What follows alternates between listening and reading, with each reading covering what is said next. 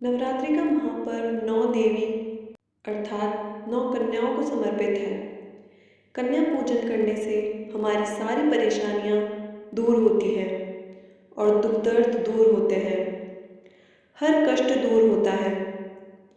ग्रह कलेश हमारे जीवन से हमेशा के लिए दूर हो जाते हैं। यहाँ तक कि पितृदोष, राहु दोष, मंगल दोष, कालसर्प दोष मात्र कन्या पूजन से दूर हो जाते हैं। शनि से पीड़ित व्यक्ति को राहत मिलती है, सुकून मिलता है, घर में खुशियाँ आती हैं तथा अकाल मृत्यु घर में कभी नहीं होती। इस बार के नवरात्रि बहुत ही शुभ और मंगलकारी माने जा रहे हैं। इस बार शारदीय नवरात्रि 15 अक्टूबर दिन रविवार को शुरू होकर और इसका समापन 23 अक्टूबर दिन सोमवार को होगा। नवरात्रि की अष्टमी और नवमी तिथि पर कन्या पूजन का विधान है। ऐसे में आप अष्टमी और नवमी को इन दोनों तिथियों में कन्या पूजन करें और अवश्य ही गरीब कन्याओं को भोजन खिलाएं। नवरात्रि में छोटी छोटी कन्याओं को माता रानी का स्वरूप माना जाता है। कन्याओं को भोग लगाया जाता है, उन्हें प्रसन्न किया जाता है और बदले में आशीर्वाद मांगा जाता है। कन्याओं को प्रसन्न करने के लिए उपहार आदि दिए जाते हैं। माना जाता है अगर कन्याओं को कोई भेंट दे और वह उसको खुशी खुशी स्वीकार कर ले तो इसका मतलब है माता रानी अर्थात माता वैष्णो देवी ने वह भेंट स्वीकार कर ली। जिन पर कन्याएं प्रसन्न होती हैं तो समझो उन्हें माता रानी का आशीर्वाद मिल गया और माता रानी की कृपा से उन्हें मुँह मांगा वरदान प्राप्त होता है। कन्या पूजन कोई मामूली पूजन नहीं होता। समस्त ब्रह्मांड में जो पूजा होती है उनसे बढ़कर कन्या पूजन को माना जाता है। 10 बार गंगा स्नान करने से और 100 बार यज्ञ करने से तथा 1000 बार यात्रा करने से जो पुण्य मिलता है वह मात्र एक बार कन्या पूजन करने से करोड़ों गुना भक्तों को मिल जाता है। इसलिए कहा जाता है कि कन्याओं को सताना नहीं चाहिए। कन्याओं की जितनी सेवा की जाए कम ही होती है। कन्या कोई मामूली नहीं होती। कन्या के रूप में उनके मस्तक पर विराजमान होकर स्वयं माता आपके घर तक चलकर आती है। अष्टमी और नवमी को कन्याओं के पैर धोकर भोजन कराना, उपहार आदि देना श्रेष्ठ माना जाता है। ऐसा मौका कभी हाथों से नहीं जाने देना चाहिए। इस दिन जितना ज़्यादा हो सके कन्याओं को अपने घर तक लेकर आए। आइए अब जानते हैं कि कैसे करें कन्याओं का स्वागत। कन्या जब आपके घर में आए तब सभी के पैरों को दूध और पानी से धुलाना चाहिए। खासकर मर्दों को कन्याओं के पैर अवश्य धोने चाहिए। इससे मैया वैष्णो प्रसन्न होती है। फिर उसके बाद कन्याओं को किसी साफ जगह पर जमीन पर कपड़ा बिछाकर बिठाना चाहिए। उनके माथे पर अक्षत फूल और कुमकुम लगाना चाहिए। फिर उसके बाद भोजन ग्रहण कराना चाहिए। लेकिन हमेशा याद रखें, कन्याओं को प्लास्टिक से बनी प्लेट में खाना नहीं खिलाना चाहिए। ऐसे बर्तन पूजा पाठ के लिए शुभ नहीं होते। प्लास्टिक के ज़्यादातर बर्तन जो जानवरों की हड्डियों द्वारा बनाए जाते हैं, इसलिए ऐसा मत करना। कन्याओं को स्टील के बर्तन या पत्तों के बर्तनों में भोजन कराना चाहिए। ये बहुत ही शुभ माना गया है। अगर पेड़ के पत्ते में भोजन कराते हैं तो माता वरदान प्रदान करती है। हमेशा याद रहे, कन्याओं की थाली में 3 पूड़ियाँ कभी न रखें। इसे शुभ नहीं माना जाता है। 3 रोटियाँ तथा 3 पूड़ियाँ मरने वाले व्यक्ति के लिए दी जाती है और जेल में कैदियों के लिए दी जाती है। ऐसे में कन्याओं को उनकी थाली में 3 पूरी कभी न दें, लेकिन 1-2 करके पूड़ियाँ दे सकते हैं। इससे 3 संख्या बढ़ जाती है और दोष भी नहीं लगता। और भोजन में आपको खीर, हलवा, चना तथा आलू की सब्जी खिलानी चाहिए। पनीर आदि भी खिलाया जा सकता है। वैसे माता रानी का प्रिय भोजन खीर, हलवा, पूड़ी और छोले आदि ही है।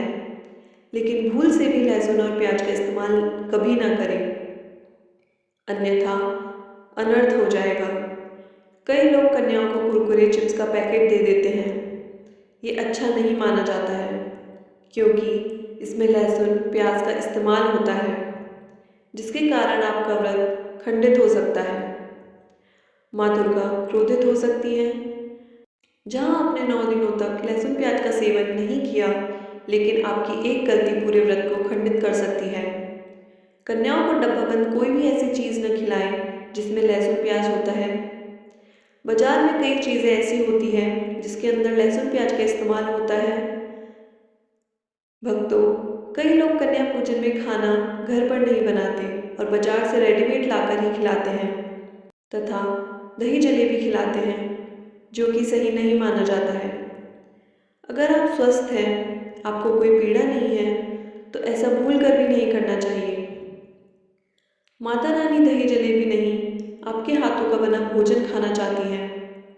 आप स्वयं ही अपने हाथों से माता रानी को भोजन खिलाएं। देखिए, भले ही आप दही जलेबी खिला सकते हैं, परंतु माता को घर का बना हुआ शुद्ध भोजन ही अति प्रिय है। खासकर नवरात्रों के दौरान घर में पका खाना अवश्य बनाना चाहिए। माता रानी बहुत प्रसन्न होती है, घर का बना खाना ही कन्याओं को खिलाना चाहिए। भक्तों, एक और बात हम आपको बताने वाले हैं कि यदि नवरात्रों के समाप्त होने के बाद यदि कन्या पूजन के दिन शुक्रवार का दिन पड़ जाए, तो कन्याओं को कोई भी खट्टी चीज़ नहीं खिलाना चाहिए, क्योंकि शुक्रवार का दिन माता संतोषी को समर्पित होता है और माता संतोषी नवरात्रों के दिनों में सक्रिय अवस्था में होती है, यानी वह भी 9 देवियों के साथ में आपके घर में आती है। इसलिए कन्याओं को भूल कर भी शुक्रवार का दिन अगर पड़ जाए तो खट्टी चीज़ घर में नहीं बनाना चाहिए और कन्याओं को भी खट्टी चीज़ नहीं खिलानी चाहिए। खट्टी चीज़ों से माँ संतोषी रुष्ट हो सकती हैं, इसलिए नादान न बने। भोजन कराने के बाद कन्याओं की थाली में एक लौंग जरूर रखना चाहिए, क्योंकि लौंग देवी शक्ति तथा दुर्गा माँ को बहुत प्रिय है। लौंग माता शक्ति का प्रतीक होती है। लौंग में नव दुर्गा निवास करती हैं। इन 9 दिनों में माता रानी को लौंग का भोग भी लगाया जाता है, तो खाना खाने के बाद कन्याओं को लौंग अवश्य अर्पित करें। कन्याओं को खाना खिलाने के बाद अंतिम में कन्याओं के सर पर लाल चुनरी उड़ाना चाहिए। आपको बता दें कि कन्याओं को उपहार में क्या दें। कन्याओं को खुश करने के लिए उनकी थाली में दक्षिणा डालें, ताकि आपके घर में संपन्नता बनी रहे तथा धन की कोई भी कमी ना हो। जब वे आपके घर से खुशी खुशी धन लेकर जाती हैं, तो भी आपको खुशी खुशी कई गुना धन प्रदान करती है। इस समय कंजूसी मत करना, खुशी खुशी कन्याओं को धन अवश्य देना। कन्याओं को कोई सुंदर उपहार दे सकते हैं। शास्त्रों में बताया जाता है कि कन्या जितना खुश होती है, माता रानी उतना ही जल फल की प्राप्ति प्रदान करती है। ऐसे में आप कन्याओं को चॉकलेट दे सकते हैं, खूबसूरत कपड़े दे सकते हैं। याद रहे, काले कपड़े ना दें। स्टील के बर्तन भी उपहार के तौर पर दे सकते हैं। याद रहे कि कन्याओं को लोहे का कोई भी सामान नहीं देना चाहिए, नहीं तो राहु केतु का प्रभाव आपके जीवन में प्रवेश कर जाएगा। राहु काल तथा राहु दोष आपको लग जाएगा। जब कन्या आपके घर के लिए प्रस्थान करे, तो उनके चरण जरूर छू लें और अपने मन में अपनी प्रार्थना को जरूर पूरा करें। सच्चे दिल से की हुई मुराद माता रानी अवश्य ही पूरी करती है। सच्चे दिल का मतलब होता है मन में कोई भी लालच ना हो, और अगर वह लालच माता को पाने के लिए बन जाए तो उसे बोलते हैं सच्ची श्रद्धा और सच्ची भक्ति। दी गई जानकारी ज्योतिष शास्त्र अनुसार है। अगर वीडियो अच्छी लगी हो तो लाइक करें और चैनल को ज़रूर सब्सक्राइब करें। जय माता दी।